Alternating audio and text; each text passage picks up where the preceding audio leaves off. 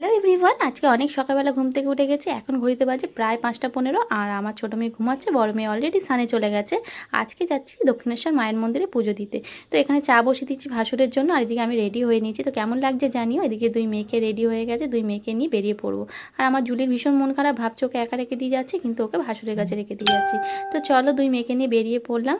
আর স্টেশনে আমার ননদ ওয়েট করছিল, তার সাথে মিট করে চলো আমরা সবাই একসাথে বেরিয়ে গেলাম। তো এখানে দেখো আমরা ফাইনালি শিয়ালদা স্টেশনে পৌঁছে গেছি। এখান থেকে কিন্তু আরেকটা ট্রেন পাল্টাবো, যেহেতু আমাদের দুটো ট্রেন পাল্টাতে হয়। তো ট্রেন আছে, ভীষণ ফাঁকা ছিল যেহেতু রবিবার, ওই জন্য ট্রেন ফাঁকা। তো বাচ্চা কাচ্চা নিয়ে খুব ভালো মতো ঘুরেছি।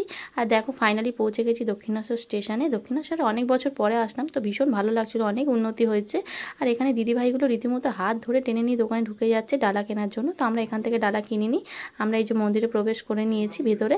তো এখান থেকেই আমরা ডালাটা কিনে নেবো, আর জুতো এখানে রেখে চলে যাবো সোজা গঙ্গার ঘাটে। তো গঙ্গার ঘাট থেকে একটুখানি মাথায় জল ছিটিয়ে পা হাত পা ধুয়ে চলে যাবো মন্দিরে পুজো দিতে। যেহেতু মন্দিরের ভিতরে ফোন অ্যালাউ নেই, তো ভিতরের ভিডিওটা তোমাদের দেখাতে পারলাম না। তো আমাদের কিন্তু পুজো দেওয়া অলরেডি কমপ্লিট। এবার একটু হালকা ফুলকা টিফিন করে নিচ্ছি, নিয়ে চলে যাবো সোজা আদ্যাপীঠে। আদ্যাপীঠে আজকে দুপুরের খাবারটা খাবো। তো আদ্যাপীঠের ভিডিওটা তোমাদের নেক্সট ব্লগে দেখাবো।